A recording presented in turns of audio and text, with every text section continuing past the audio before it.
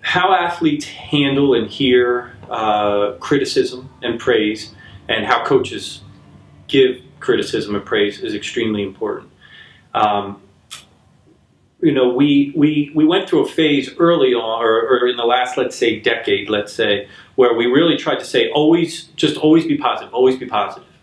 And there's some, you know, absolute truth to the, you know, being positive.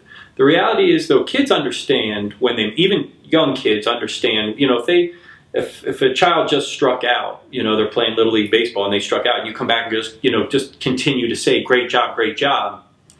Somewhere within that, the positivity gets lost.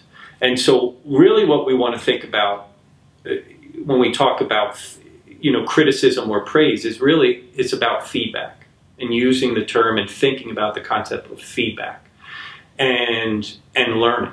That's really what we want. We want to accomplish that they become better, that they learn from whatever happened, good or bad.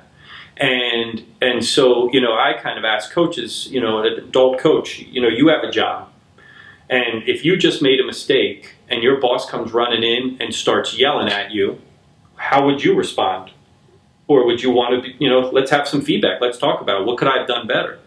And so why in the world would we think that yelling at a 8-year-old, 9-year-old, 10-year-old, why would we think yelling at a 22-year-old would be our first mode? At some point, do we have to kind of maybe get attention? Probably. But in the short, isn't our first goal simply to communicate a message of this is what we're trying to accomplish and let's learn it together? And so, but sometimes it may be, you know, I'll use the word criticism, but it's not criticizing. It's just we're going to critique this performance. And with that, let's try to learn. Let's just try to learn. And so for me, I think honesty with any athlete, young or old, there's some commonality of how everybody learns. And so, you know, and maybe be able to show them physically, especially the younger athlete may absolutely need to see it physically first.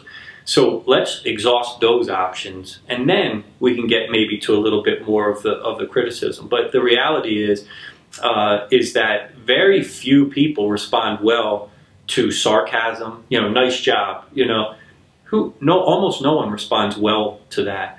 And so if we should be thinking about how we do it first as coaches down to kids, but also, you know, up to the professional athlete, how would you want to learn, and think about it in those terms?